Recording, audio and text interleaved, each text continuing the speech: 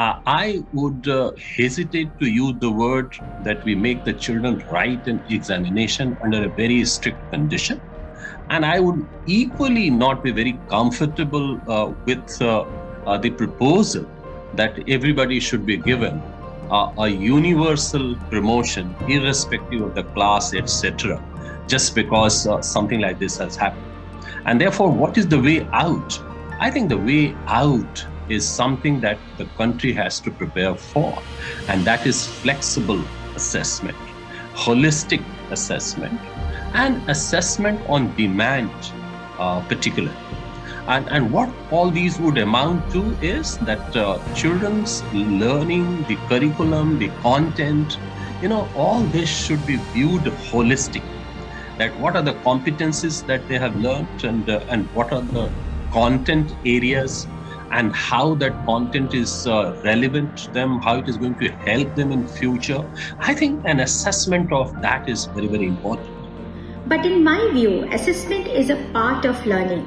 As a learning, an assessment should be based on outcomes. An assessment should reflect students' learning and the support they require to fill up the gap.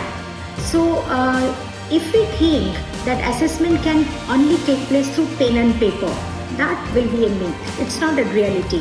Continuously we are evaluating our students. It can be through multimedia presentation, it can be through a PPT or a project or demonstration, through blog writing, through making a brochure, short film, documentary. There are so many ways, creative ways, how we can assess our children. But educators have gained enough experience over the last 20 months.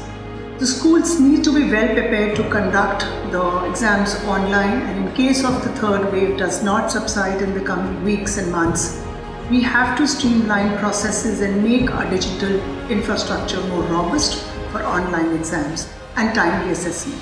This would be in the best interest of the students as well, because talent and merit needs to be recognized, appreciated and rewarded.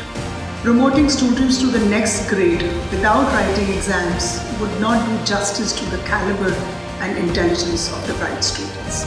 Promoting students without taking an examination can be done, but is it essential? If learning is happening online, then assessments can also happen online.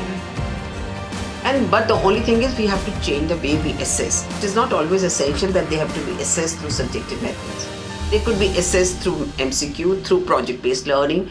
Give the students and the schools better chance of assessing the children, and they can do it through their online meals. We know that school children as young as 5 to 6 years old can write an objective test if given. Test is not important. What is important is learning.